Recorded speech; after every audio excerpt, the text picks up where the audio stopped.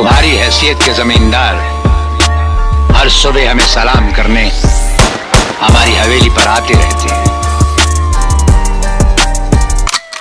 हो जेड़े दूजियां दी पैली नप खंगदे आ नम लट्ठी नाल लोट होने ने आ जिन्ने यार बेली मेरे नाले खड़दे आ तेरे पिंड दे ना